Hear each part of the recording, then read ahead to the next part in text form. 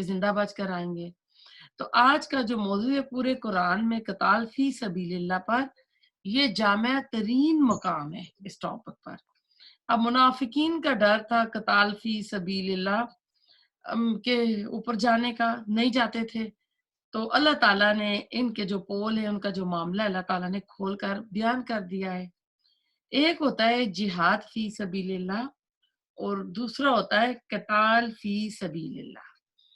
ان میں نسبت جو ہے خاص اور عام کی ہے، جو نسبت مومن اور مسلم کی ہے.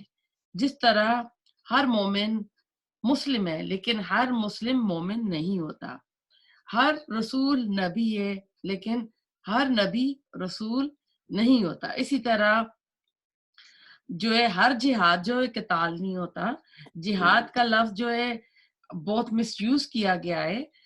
جنگ کے لیے، لڑائی کے لیے جب بھی قرآن میں لفظ آیا وہ قتال آیا ہے، قاتلوا فی سبیل اللہ.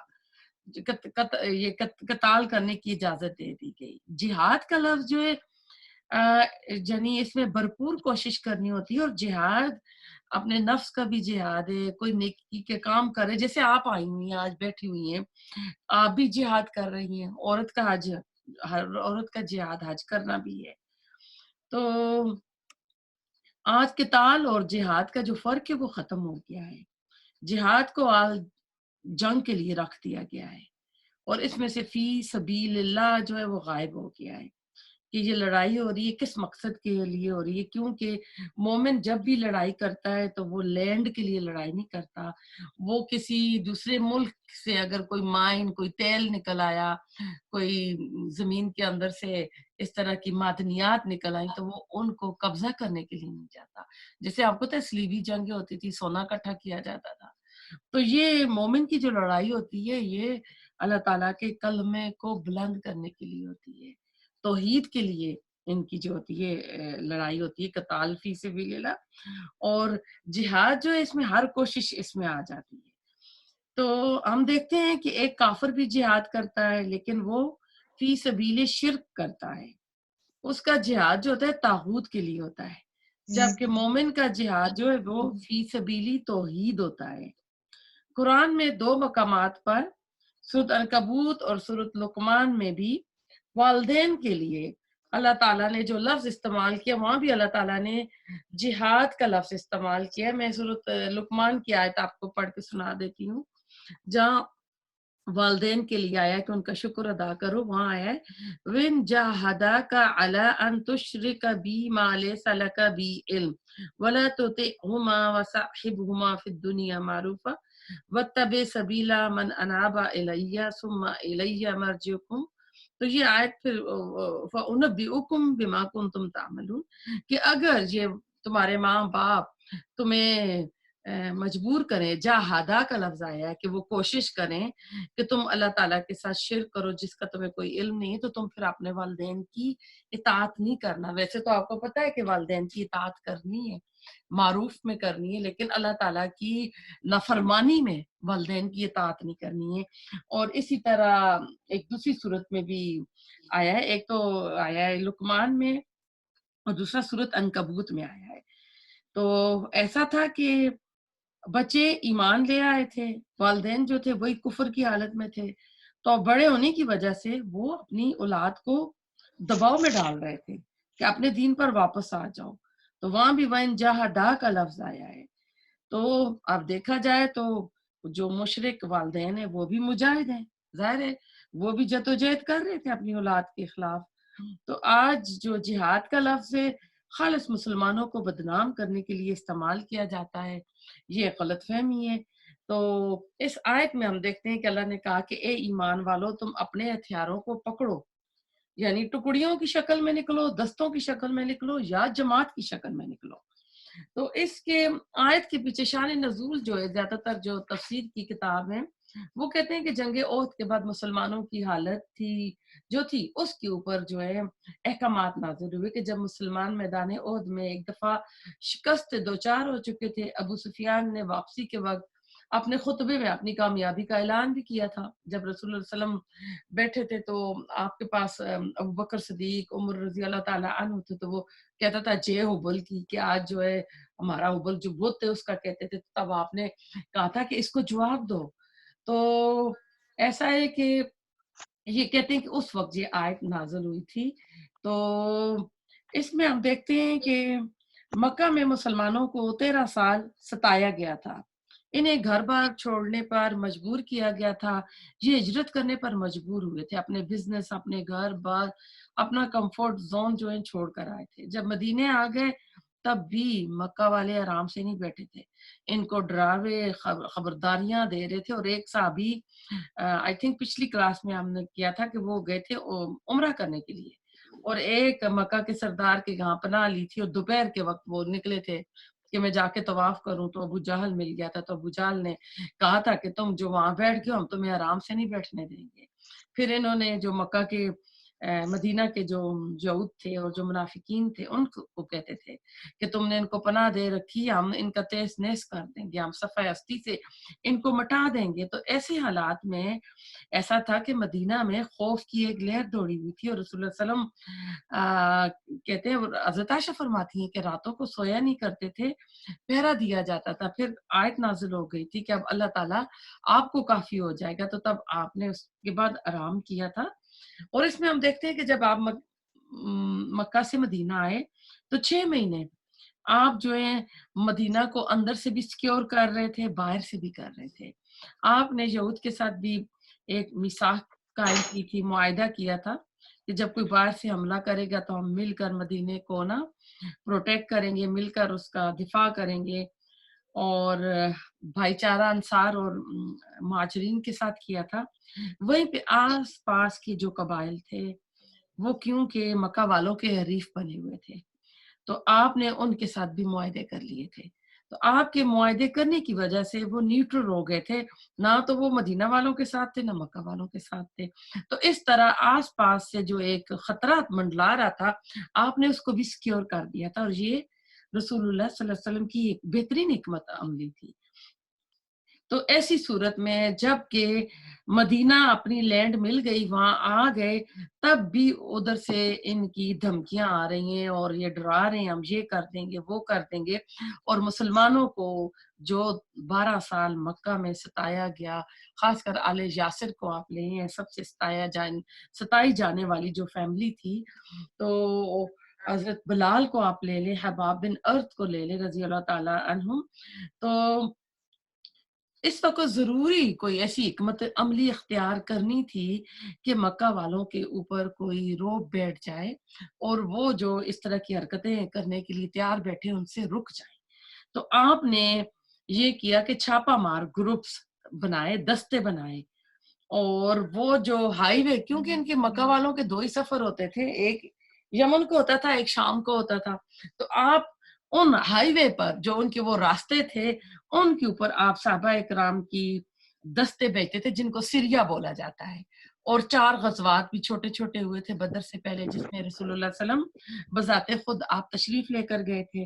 تو اب یہ کوئی بڑے یعنی جیسے آرمی جاتی اس طرح نہیں ہوتے تھے، چھوٹے موٹے اس میں لوگ ہوتے تھے. کسی کو آپ خط دیتے تھے، آپ جائیں تو وہ نجلہ کے قریب آپ پہنچیں گے تو آپ خط کھولیں گے تو وہ یمن کا راستہ بنتا تھا. تو وہاں پہ جو ایک وہ حرمت والے مہینے میں جس کا سورۃ بقرہ میں آیا ہے نا واقعہ کہ صحابہ کرام سمجھے کہ شاید آج جو ہے چاند کی جی 29 کا چاند ہوگا تو ایک بندہ ان کا مارا گیا تھا تو انہوں نے مذاق بنا لیا تھا کہ یہ حرمت والے مہینوں میں کہتے ہیں کہ قتل نہ کرو اور یہ خود قتل کر رہے ہیں. تو وہاں پہ اللہ تعالیٰ نے کہا تھا کہ یہ قتل جو ہے فساد سے زیادہ، یعنی قتل کے مقابلے میں فساد بہت بڑی بری چیز ہے.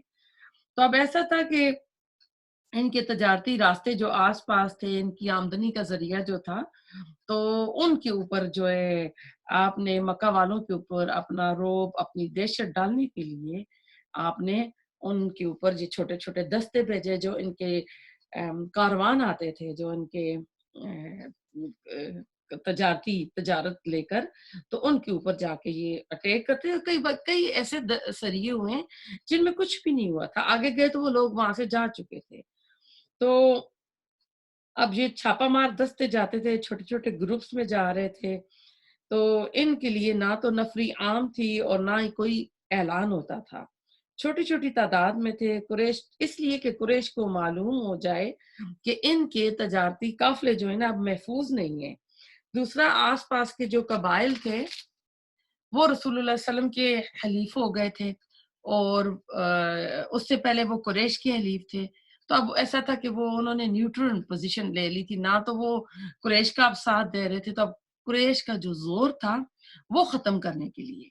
تو پھر اس کے بعد ہم دیکھیں گے کہ 2 ہجری میں رمضان میں بدر کی لڑائی ہوتی ہے، تو باقاعدہ آمنے سامنے لڑائیاں شروع ہوتی ہیں، تو یہ جمیعہ آیا ہے سباتن اوین فرو جمیعہ، کہ آپ چھوٹے چھوٹے ٹکڑیوں میں نکلو، دستوں میں نکلو۔ تو یہ اللہ تعالیٰ کی طرف سے حکم تھا، اور رسول اللہ صلی اللہ علیہ وسلم کی بہترین حکمت عملی تھی کہ آپ نے مکہ والے جو چڑھ دوڑ رہے تھے کہ مدینے کے اوپر بھی آ کے مسلمانوں کو ختم کر دیں گے، تو اس طرح سے ان کو ڈر لگ گیا کہ ان کے جو تجارتی سفر ہے اب محفوظ نہیں ہے، کیونکہ مکہ میں تو کچھ اگتا نہیں تھا، سارا کچھ جو آتا تھا وہ باہر سے ہی آتے تھے، تو اس لیے یہ کرنا بہت ضروری تھا۔ تو مسلمانوں کو کہا کہ اپنا اسلحہ اٹھاؤ اور اس طرح تم ان سے مقابلہ کرو۔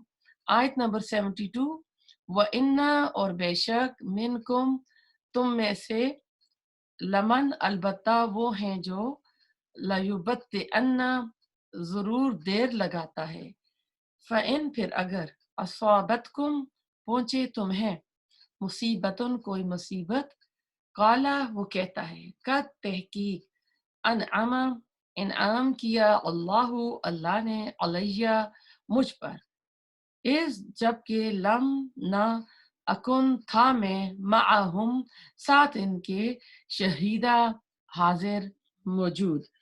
تو اب اس ادھر منافق جو ہیں ان کا ذکر آ رہا ہے کہ یہ خطاب منافقوں کے لیے، اور جنگ کے دوران ان کے کردار کا ذکر کیا گیا ہے، یعنی ان میں سے کچھ لوگ ایسے ہیں جو جان بوجھ کر ہیلوں بہانوں سے جہاد پر نکلنے کے لیے دیر لگاتے ہیں، جیسے نا، ٹھیک ہے آپ جائیں، ہماری بھی سواری تیز ہے، ہم بھی اپنے گھوڑے اونٹ پہ بیٹھ کے ہم بھی آ رہے ہیں، آپ کے پیچھے پہنچنے والے ہیں۔ جیسے کوئی دین کا کام ہوتا ہے، کسی کا آنے کو تو دل نہیں کرتا، لیکن وہ آپ کہتے ہیں نہیں میں آ رہی ہوں، میں کلاس میں بھی آ رہی ہوں، لیکن وہ کلاس میں نہیں آئے گی، لیکن وہ اپنے منہ سے کہے گی۔ تو یہ سمجھ لیں کہ منافقانہ یہ بندے کے اندر یہ بات ہوتی ہے، تو اس میں اپنے آپ کو چیک کرنا چاہیے۔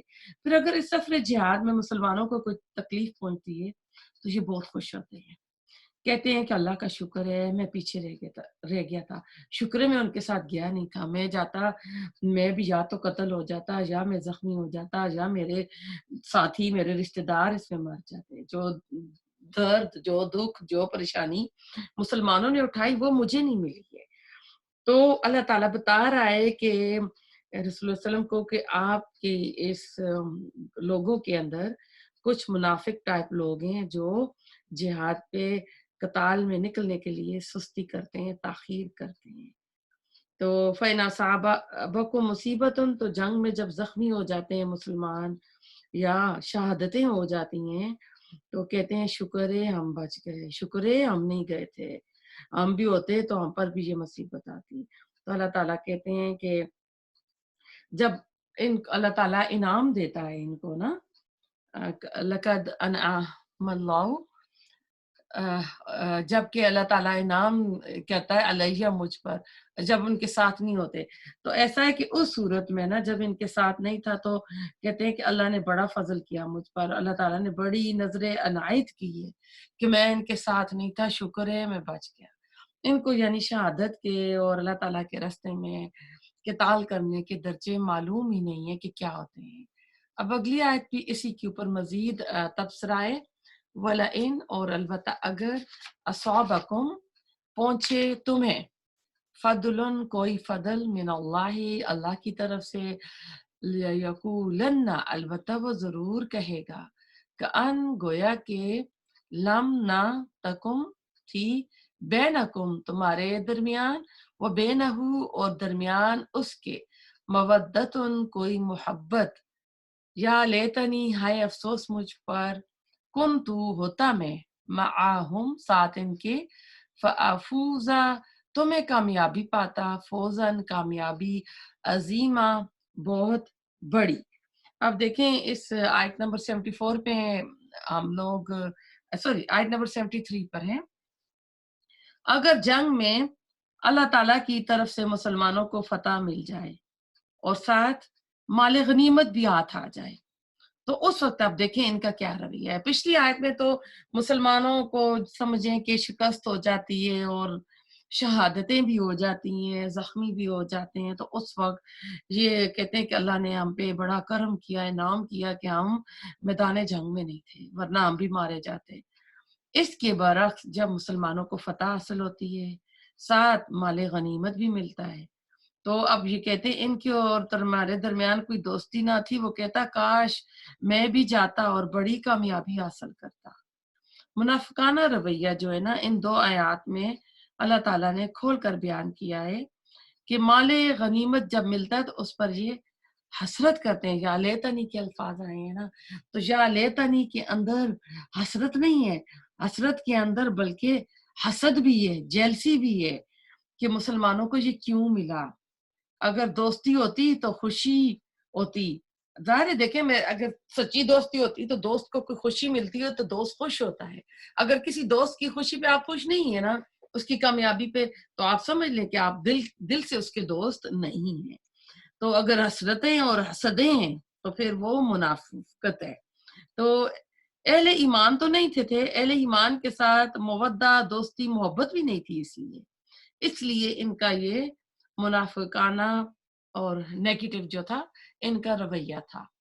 آیت نمبر 74، فل یقاتل، بس چاہیے کہ جنگ کریں، فی سبیل اللہ، اللہ کے راستے میں، الذین، وہ جو، یشرونا، بیچ دیتے ہیں، الحیاتہ، زندگی، الدنیا، دنیا کی، بالآخرت، بدلے آخرت کے، ومن، اور جو کوئی، یقاتل، جنگ کرے، فی سبیل اللہ، اللہ کے راستے میں، فیقتل، پھر وہ قتل کر دیا جائے، او یا یغلب، وہ غالب آ جائے، فسوفا، پس ان قریب، نؤتی ہی، ہم دیں گے اسے، اجرن، اجر، عظیمہ، بہت بڑا.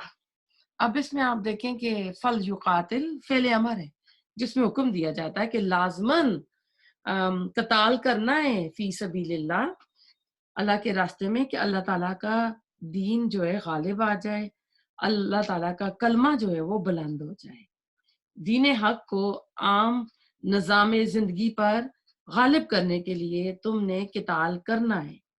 اب قتال کا لفظ کثرت کے ساتھ آئے گا. جہاد کا مطلب ہوتا ہے بھرپور کوشش کرنا کسی بھی میدان میں. قتال کا لفظ جو ہے یہ خالص جنگ کے لیے. قتال بھی جہاد ہے لیکن جہاد قتال نہیں ہے. جس طرح مسلم اور مومن کا فرق ہے، جس طرح نبی اور رسول کا فرق ہے.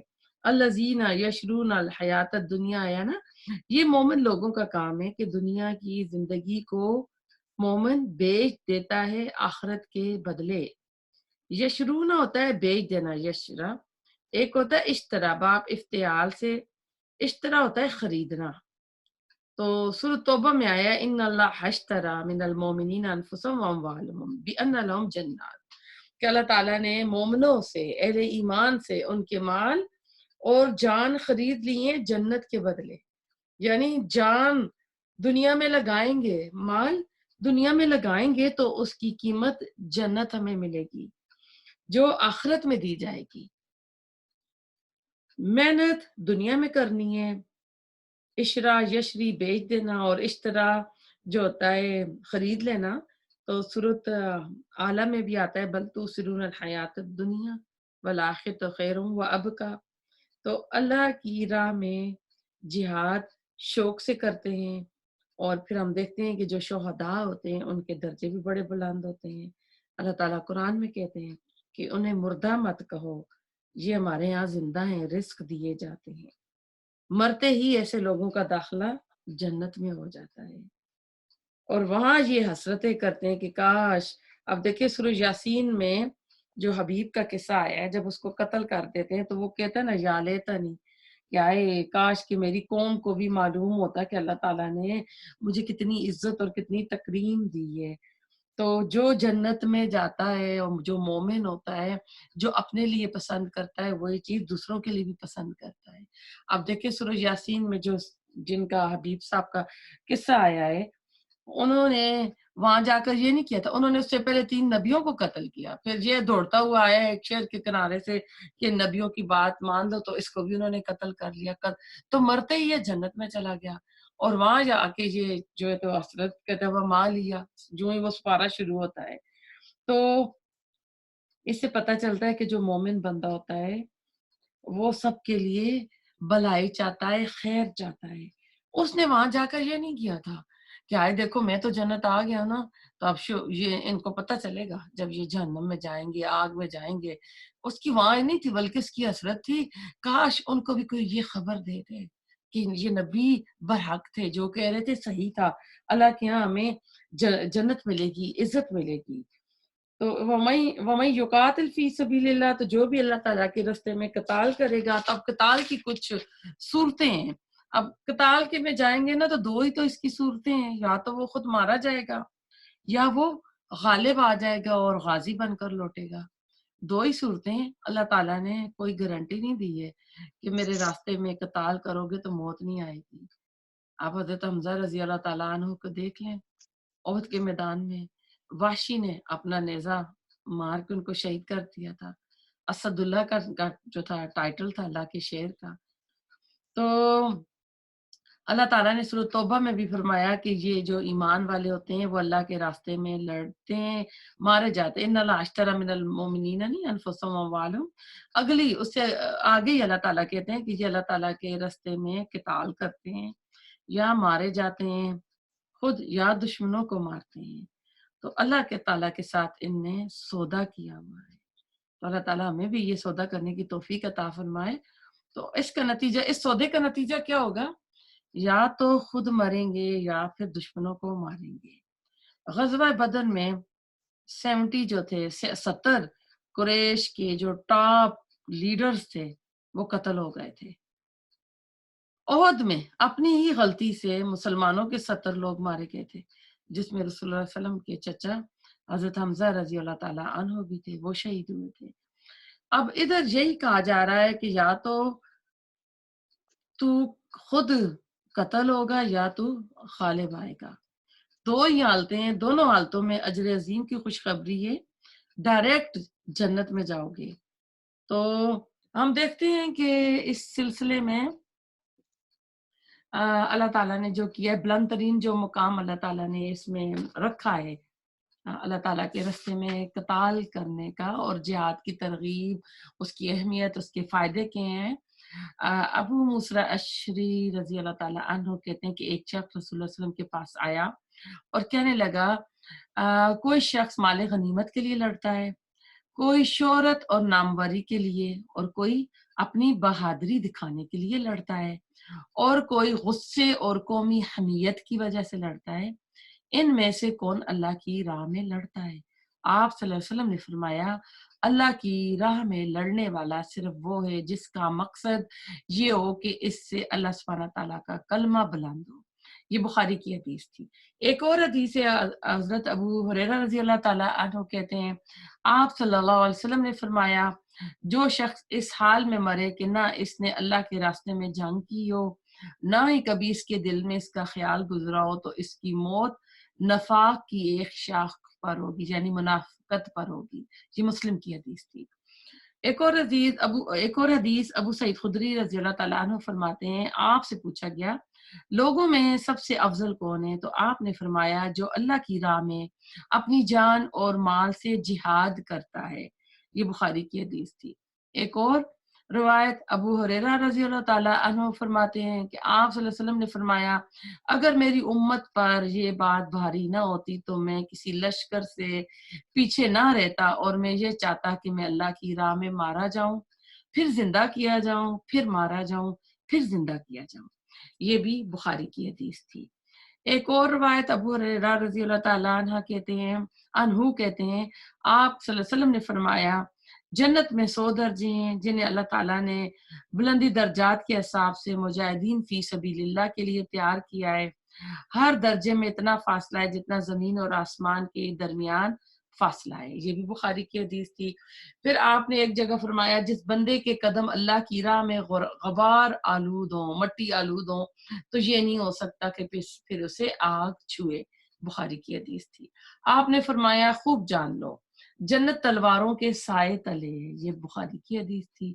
آپ نے فرمایا اللہ کی راہ میں ایک صبح یا ایک شام نکلنا دنیا اور معافیہ سے بہتر ہے. بخاری میں تھا.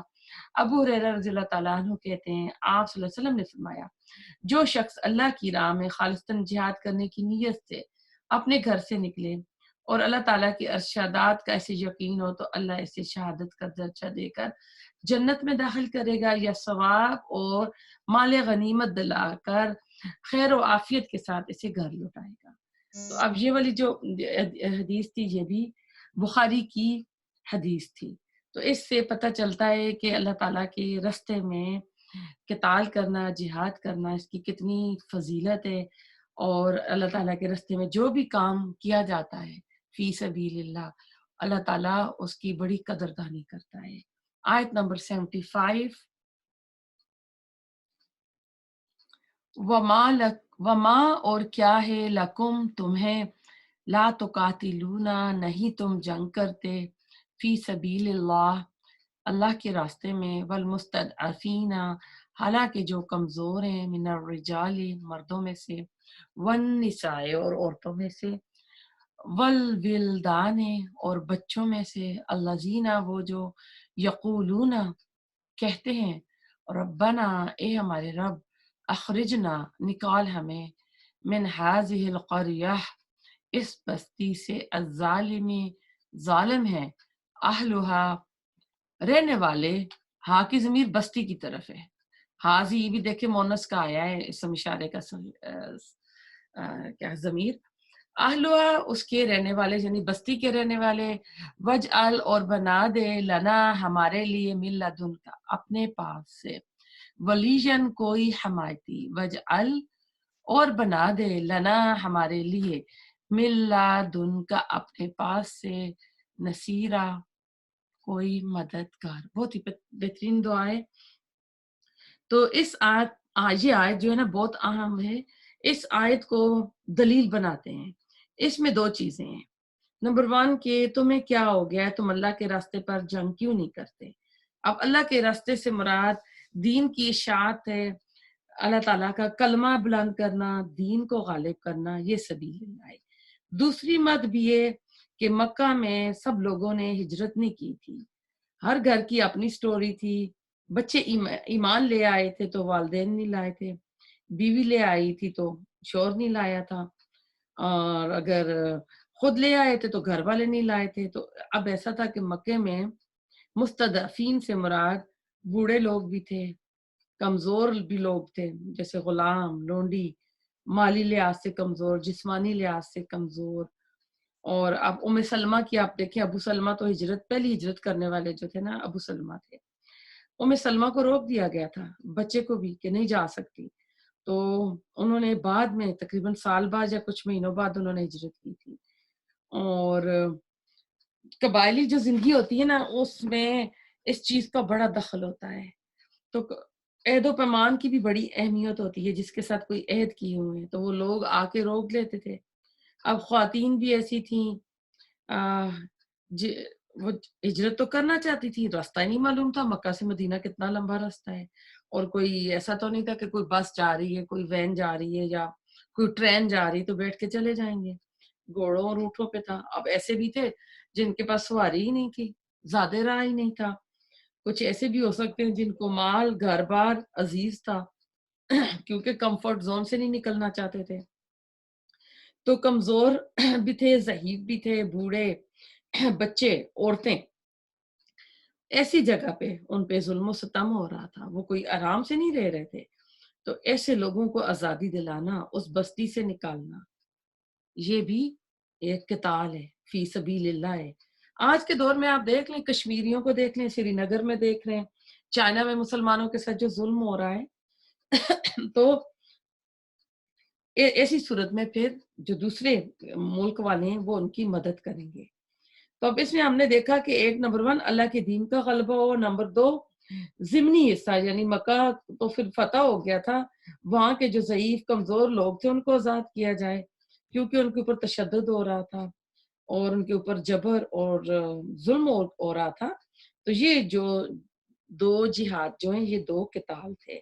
تو اللہ تعالیٰ کہہ رہے ہیں کہ تمہیں کیا ہو گیا ہے، کیوں تم ان کی مدد نہیں کرتے؟ تم نہیں دیکھ رہے ہو آج کل تو سوشل میڈیا اس پہ بہت کچھ نظر آ رہا ہے، تو مسلمانوں کو تھوڑا لایا جا رہا ہے کہ تمہیں کیا ہو گیا، تم ان کی مدد کیوں نہیں کرتے ہو؟ کیونکہ آج کل ہم ہر بندہ اپنی اپنی باری پہ بیٹھا ہوا ہے. تو وہ جو کمزور لوگ تھے مستضعفین وہ دعائیں کرتے تھے، ربنا اخرجنا من هذه القرية الظالم اهلها. تو اس صورتحال میں یعنی ایسی صورتحال ہو تو اللہ تعالیٰ فرماتے ہیں کہ جو لوگ ہیں قتال کریں اور ظالموں کی بستی سے جو اس کے رہنے والے ان کے اوپر ظلم کر رہے ہیں ان کی مدد کریں، ان لوگوں کو آزاد کرائیں. وَجَعَلْنَا مِن لَّدُنْكَ نَصِيرًا. تو اپنے فضل سے اللہ تعالیٰ مددگار بھیج. یہ وہ مستضعفین جو ہے وہ دعائیں مانگ رہے ہیں، اور یہ کس کو کہہ رہے ہیں؟ یہ مدینہ کے مسلمانوں کو کہہ رہے ہیں کہ مکہ میں بھی کمزور لوگ موجود ہیں، ان کی مدد کریں. اب یہ ایسا ہے کہ یہ کب ہوگا؟ آج کل کے دور میں جہاں اسلامی حکومت قائم ہو چکی ہے، دوسرے ملک میں دوسرا نظام ہے، وہاں کے لوگ باہر جا کر دین کو غالب کریں اور مسلمانوں پر جو ظلم ہو رہا ہے ان کی مدد کریں. یہ کب ممکن ہوگا؟ یہ تب ممکن ہوگا جب اپنے ملک میں دین قائم ہو چکا ہوگا. جیسے ہم اپنے ملک کو دیکھ لیں، کیا ہمارے ملک میں دین قائم ہو چکا ہے؟ وہ کیسے اٹھ کر جائیں گے جا کے آس پاس، دونوں ہی آس پاس ہیں، کشمیر بھی چائنا کے مسلمان بھی، تو کیسے وہ مدد کریں گے؟ کیونکہ ان کا اپنا نظام جو ہے کرپٹ ہے، سود عام ہے، بےایمانی ہے، ملاوٹ ہے، رشوت ہے. عدالتوں میں جو فیصلے کیے جاتے ہیں اللہ کی شریعت کے مطابق نہیں ہو رہے ہیں.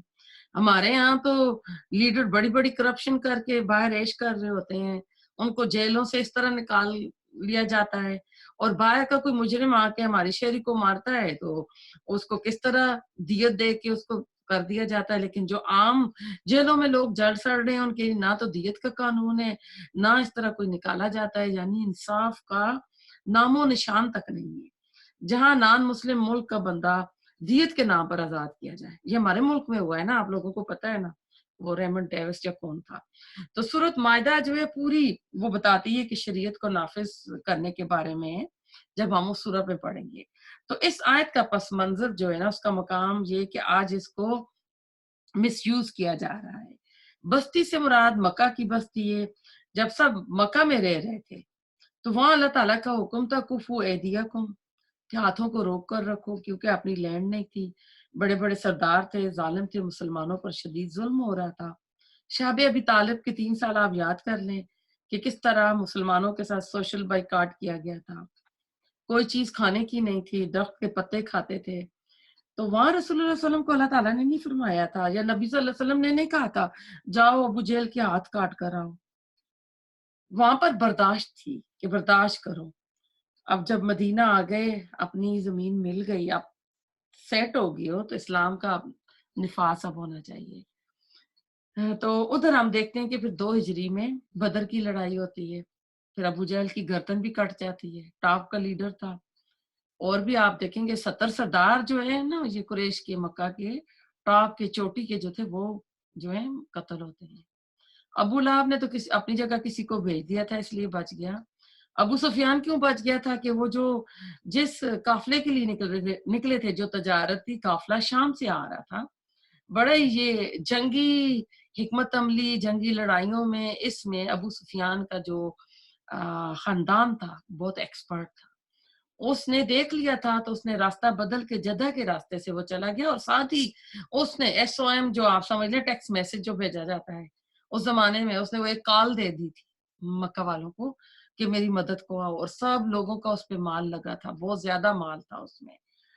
تو اب وہ تو زیرو چلاک بندہ تھا، وہ تو جو تجارتی قافلہ تھا نا وہ تو اس کو بچا کے لے کے مکہ پہنچ گیا، لیکن جو مکہ سے لوگ نکل آئے تھے اور جو ابو جہل تھا اس نے کعبے کی چادر پکڑ کے کہا تھا کہ اللہ جو حق پر ہے نا اس کو بچا لینا اور دوسروں کو ختم کر دینا. تو اپنے حق میں خود ہی بد دعا کر کے نکلا اور آیا اور آ کے میدان بدر میں ختم ہو گیا. تو ایسا تھا جو انہوں نے وہ مال اس جو ابو سفیان جو تجارتی قافلہ لے کر گیا، جو مال تھا وہ سارا انہوں نے بچا کے رکھا کہ اب ہم اگلے سال مسلمانوں کے ساتھ دوبارہ جنگ کریں گے اور یہ مال اس پہ لگائیں گے، کیونکہ مکہ کے گھر گھر میں صف ماتم بچھی ہوئی تھی، 70 سردار مارے گئے تھے۔ تو آپ سوچ لیں کہ 70 گھر ہیں اور 70 گھروں کے کتنے رشتہ دار ہیں، آپ سوچ لیں تو کیا حال ہوگا اس وقت ان کا۔ اور قبائلی سسٹم جو ہوتا ہے نا، اس میں بدلے کی آگ جو ہے نا اس پہ چلتا ہے، انتقام ہوتا ہے۔ تو پہلے اسلامی حکومت قائم ہو، پھر اپنی سرحدوں سے باہر نکلو اور پھر قتال فی سبیل اللہ کرو۔ تو اس کی 3 صورتیں کہ اسلامی حکومت میں اسلامی نظام قائم ہو، اب نکل کر لڑنا ہے، جیسے کہ سلطنت روم کے ساتھ نبی صلی اللہ علیہ وسلم نے کیا تھا ٹکراؤ کے۔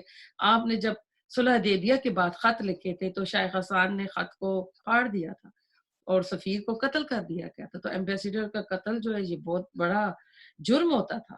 تو پھر آپ نے جو لڑائیاں ہوئی تھیں، جو ملک شام بھی فتح ہوتا ہے اور جو غزوات ہوتے ہیں، جو آپ کی زندگی کا آخری غزوہ تھا وہ ایرانیوں کے ساتھ نا، ایرانی نہیں، ان کے شاید رومیوں کے ساتھ ہوئے تھے۔ پھر عمر فاروق کے دور میں جو تھا ایران جو ہے نا اس کے اوپر بھی حملے ہو رہے ہیں۔ اب ایران والے جو تھے وہ ایران تھے، ایران کا جو رستم تھا وہ صحابہ سے کہتا تھا کہ تم ایسا کیوں کر رہے ہو، پہلے تم آتے تھے مال لوٹ کے چلے جاتے تھے، کیونکہ صحرا نشین تھے، پہاڑوں میں رہتے تھے، اقتصادی معاشی حالت ان کی اچھی نہیں تھی، یہ لوٹ مار سے اپنا کام چلاتے تھے، ہٹ اینڈ رن ہوا کرتا تھا۔ تو اب یہ کہتے ہیں کہ اب تم لوگ آئے ہو تو واپس نہیں جا رہے ہو، تو ان کے اپنے علاقے تو بنجر تھے۔ تو وہاں پر یہ کہتے ہیں نا، پوچھتے ہیں نا کہ وجہ کیا ہے، تو کوئی سرحدی تنازع بھی نہیں تھا۔ تو انہوں نے جواب دیا ہمیں بھیجا گیا ہے، انا ارسلنا، ہم کو رسول اللہ صلی اللہ علیہ وسلم نے بھیجا ہے، یعنی رسول اللہ صلی اللہ علیہ وسلم کی طرف سے حکم تھا کہ جہالت کے اندھیروں کو، شرک کے اندھیروں کو ایمان کے نور سے منور کر دیں اور بادشاہوں کے ظلم سے آزاد کر دیں۔ اور قتال کے آخری احکامات سورۃ توبہ میں دیے گئے ہیں مشرکین عرب کے خلاف۔ مکہ جو تو فتح ہو چکا تھا، اب 4 مہینے کی مہلت جو شروع میں آتا ہے نا کہ جن کے ساتھ وعدے عہد و پیمان ہو چکے ہیں ان کو 4 مہینے کی مہلت دو، اسلام سٹڈی کریں، ایمان لے آئیں، ورنہ مکہ کو چھوڑ کر چلے جائیں۔ تو وہاں پر قتال کی نوبت نہیں آئی تھی، تھوڑے بہت اشتہاری مجرم تھے جو بھاگ گئے تھے۔ پھر دوسرا قتال کا حکم، یہود اور نصارہ سے جنگ کرو اور ان سے اپنی تمہاری مسلم لینڈ میں رہ رہے ہیں تو جزیہ دے کر چھوٹے بن کر رہے کہ اللہ تعالیٰ کا دین جو ہے وہ غالب ہو۔ تیسری شکل سورۃ توبہ میں تھی کہ جو آس پاس کے جو کافر لوگ ہیں ان سے جنگ کرو کہ اللہ تعالیٰ کے دین کا جھنڈا جو ہے وہ لہراتا رہے۔ اسلامی نظام کو قائم کرنا یعنی کون کرے گا؟ جہاں اسلامی خلافت قائم ہو چکی ہوگی، لیکن آج اس دنیا کے کسی خطے میں یہ قائم نہیں ہے۔ تھوڑا بہت سعودی عرب میں تھا، وہ بھی اب ختم ہو گیا ہے۔ تو اسلام کو فروغ دینے کے لیے، لوگوں کی تربیت کے لیے جو حاکم وقت ہوگا وہ کرے گا۔ تو لیکن کہتے ہیں اس میں امام مالک کا فتویٰ، امام حنیفہ کا فتویٰ موجود ہے کہ اگر کوئی حاکم ہے، فاجر ہے، فاسق ہے، شریعت کا نفاذ نہیں کر رہا ہے اور جو فیصلے ہیں وہ شریعت کے مطابق نہیں ہو رہے ہیں، قرآن کے مطابق نہیں ہو رہے ہیں، تو اس سے بھی قتال کرو اور اپنے ملک میں اللہ کے دین کو غالب کرنے کے لیے قتال کریں کہ لوگوں میں دین کا علم عام ہو، لوگوں کی تربیت ہو، لوگوں کے جنت جانے کے جو راستے ہیں نا وہ آسان ہو جائیں۔ تو یہ پھر آ جائے گا جہاد فی سبیل اللہ کی مد میں۔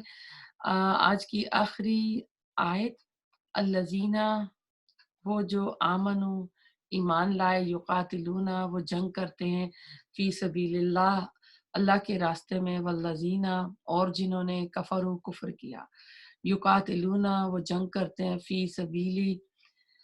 سبیل الطاغوت، طاغوت کے راستے میں، فقاتلو، بس جنگ کرو، اولیاء، دوستوں سے، الشیطان، شیطان کے، انا، بے شک، قیدا، چال، الشیطان، شیطان کی، کانا، ہے، ضعیفہ، بہت کمزور۔ اب اس میں طاغوت سے مراد ادھر نا قریش کے سردار ہیں جنہوں نے اپنی اپنی چودراہٹیں اور اپنی اپنی سرداریاں قائم کیے رکھی تھی، اور دوسری طرف مدینہ میں آئے تو یہودیوں کے اور دوسرے جو عرب کے قبائل تھے ان کی سرداریاں مراد ہیں، کیونکہ لوگ ان کے انڈر کنٹرول ہوتے تھے، لوگوں کو یہی چلاتے تھے، انہی کی بنا پر کیا کہتے ہیں عوام کا جو ان کا عوام کے اوپر تسلط تھا، جو جو اسلام کو اللہ نے ترقی دی تو ان سرداروں کو اپنی سرداریاں جو ہے نا ڈگمگاتی نظر آنے لگی، تو انہوں نے پھر مسلمانوں کے خلاف جو ہے نا محاذ آرائی کی کہ مسلمانوں کے خلاف ہو جائے، تو گویا مسلمانوں کے خلاف تمام اسلام دشمن قومیں جو تھی نا وہ متحد ہو گئی اسلام کو مٹانے کے لیے کہ اس کو صفحہ ہستی سے مٹا دیں، اور اسلام کے مقابلے میں کفر کا یہ جو اتحاد تھا دراصل یہ شیطانی اتحاد تھا، اور یہ ایک محض وقتی اور سیاسی اتحاد ہوتا تھا، ورنہ اس اتحاد میں شامل قوموں کے باہمی اختلافات جو ہوتے تھے وہ ان کے آپس میں جو ایک دوسرے سے جو مخالفتیں رکھتے تھے وہ تو بس دستور قائم رہتی تھی، لہٰذا اللہ تعالیٰ نے مسلمانوں کو ہدایت فرمائی کہ اس شیطانی لشکر کا پوری ہمت اور جرت کے ساتھ مقابلہ کرو، کیونکہ ان کی اتحاد کی جو بنیادیں ہیں وہ بہت کمزور ہیں۔ تو اب ایسا ہے کہ یہ کافر لوگ جو تھے بدر میں آئے، عہد میں آئے، قتال کر رہے تھے، لیکن ان کا جو قتال تھا وہ قتال جو طاغوت تھا، ان کا یہ قتال فی سبیل اللہ نہیں تھا۔ طاغوت کیا ہوتا ہے؟ طغیانی سے سرکشی، دریا کا حدود سے پانی باہر نکلنا۔ انسان کی طغیانی کیا ہوتی ہے؟ اللہ کو حاکم ماننے کی بجائے خود حاکم بن بیٹھے کہ میں وزیر اعظم ہوں، میرا حکم چلے گا، میرا قانون چلے گا، اس میں وطن پرستی بھی ہے، قوم پرستی بھی آ جائے گی خدا پرستی کے مقابلے پر۔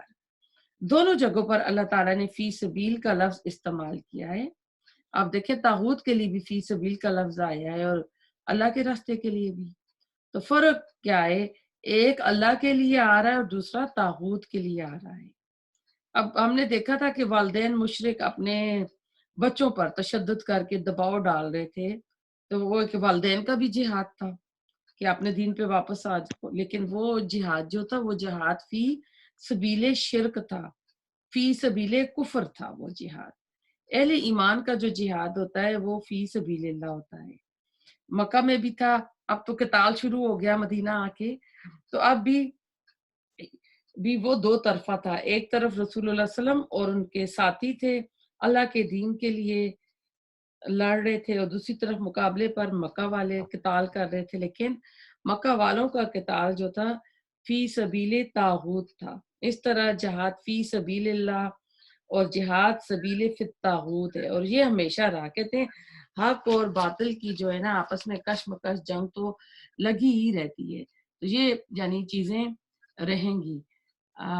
ہمارا یہاں اللہ تعالیٰ پڑھنا پڑھانا قبول فرمائے، ہم سب کے گھروں پہ اللہ تعالیٰ اپنی رحمتیں برکتیں نازل فرمائے، جو بیمار ہے اللہ تعالیٰ انہیں شفا عاجلہ کاملہ عطا فرمائے، جس نے دعا کے لیے کہا سب کی دعائیں اللہ تعالیٰ قبول فرمائے۔